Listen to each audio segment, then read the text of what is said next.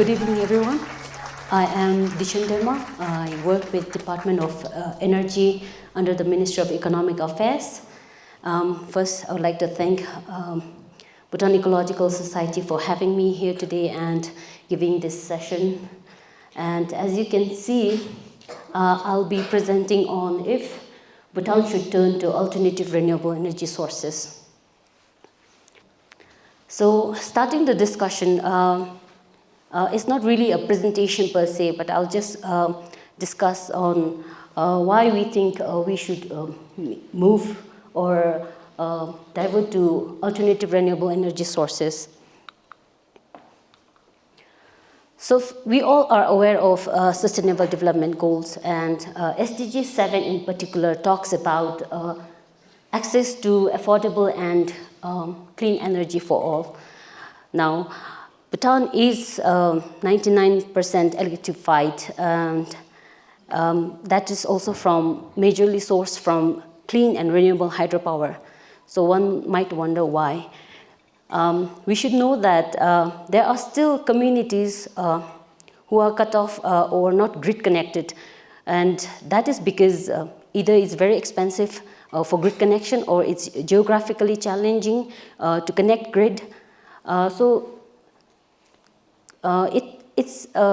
There are still communities that do not have access to modern electricity like you and I have.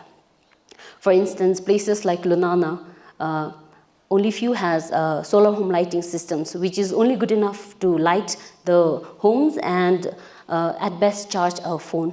But they do not have the luxury to use modern electrical appliances like you and I do. For them, it's a far-fetched dream at the moment. And I'm pretty sure that all of us here are already aware that lack of access to modern electricity or modern energy has a lot of issues associated with the comfort of life, especially when it comes to women and children.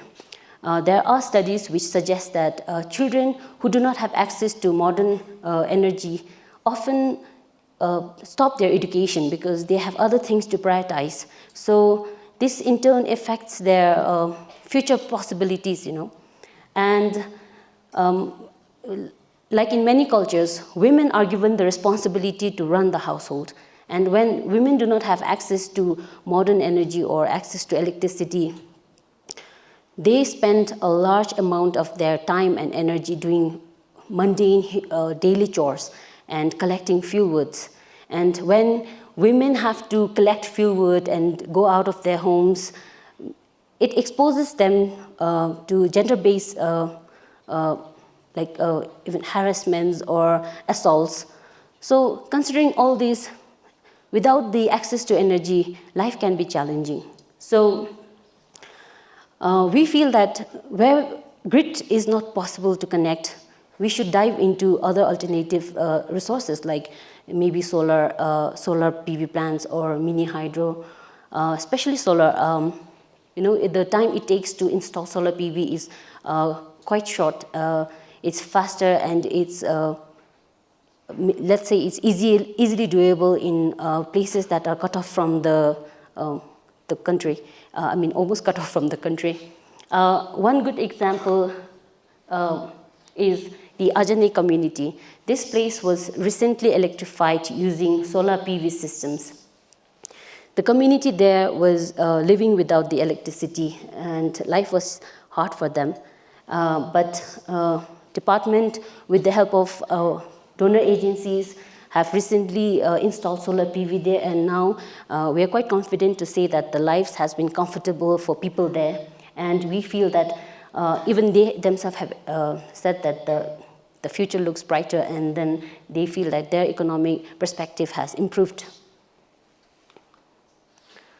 The other reason why diving into alternative renewable sources is energy source diversification and energy security. Like I mentioned earlier, Bhutan enjoys hydropower, and all of our energy needs are met from the hydropower. And in fact, we export the excess generation during the summer season. But during the lean season, in the winter seasons, because our hydropowers are runoff river, the generation capacity reduces a lot. So in winter seasons, we end up actually importing electricity from the neighboring country. And not just that, we are all aware of the impacts of climate change, and our runoff river is greatly dependent on the hydrological regime. And with the climate change impacting the glaciers, our only major source of electricity generation could be affected in the future if we're not careful. And secondly, the other thing we have to take into consideration is the increase in energy demand. As Bhutan keeps developing, the standard of life of people are also improving, and there are a lot of economic development happening and industries being set up. So all these actually accounts to increasing energy demands. Like one question from the audience was the increasing energy demands. So combining that with lower generation during the lean seasons, Bhutan actually ended up being a net importer for the first time in last winter. And if it continues as it is, then even in the future times, our current electricity generation may not be able to suffice the needs. The other thing is not just electricity.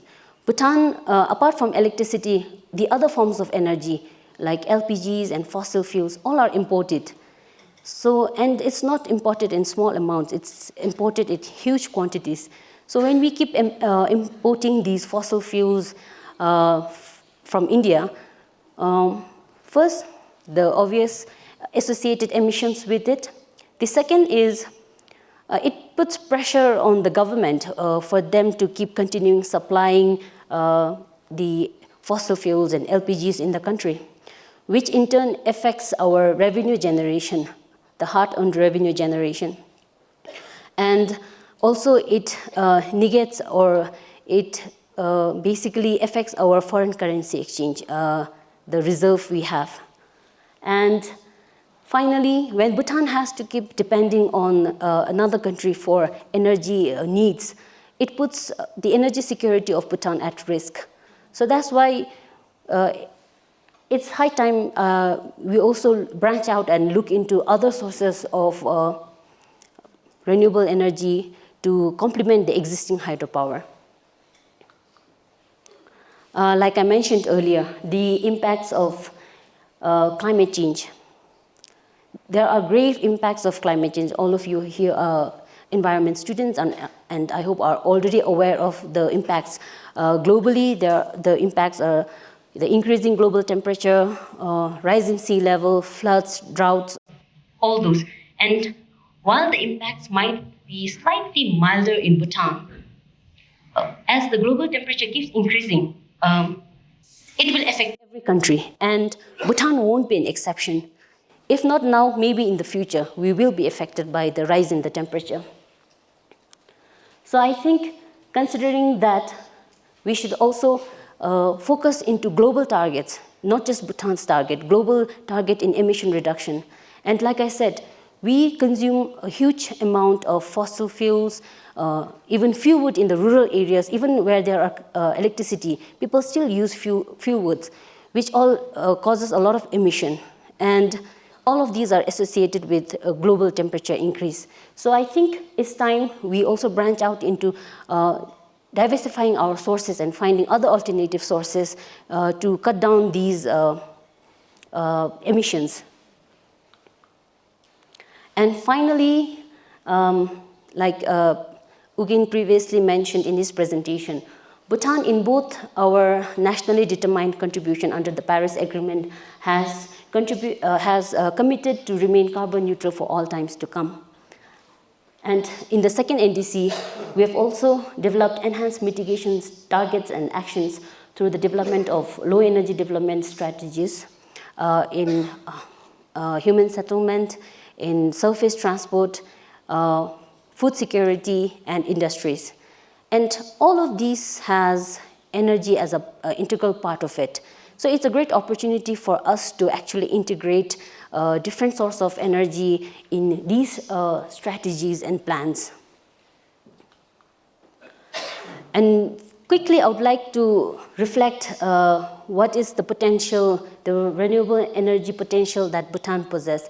This is based on a study carried out by the department in 2016 called Renewable Energy Master Plan. And as you can see, we have hydro potential, wind potential, solar thermal, biomass. And in recent times, the department is also exploring what are the potentials for green hydrogen. So the department is also looking into the possibilities of having green hydrogen in the energy mix. So we've all seen what are the potentials we have, and I hope I've convinced the reasons of why we should divert to other alternative renewable sources. So I think it is time for Bhutan to actually turn to alternative renewable energy sources and complement our existing hydropower so that our energy diversification sources are diversified and also the energy security is maintained in the country. So that's it for my presentation. Thank you.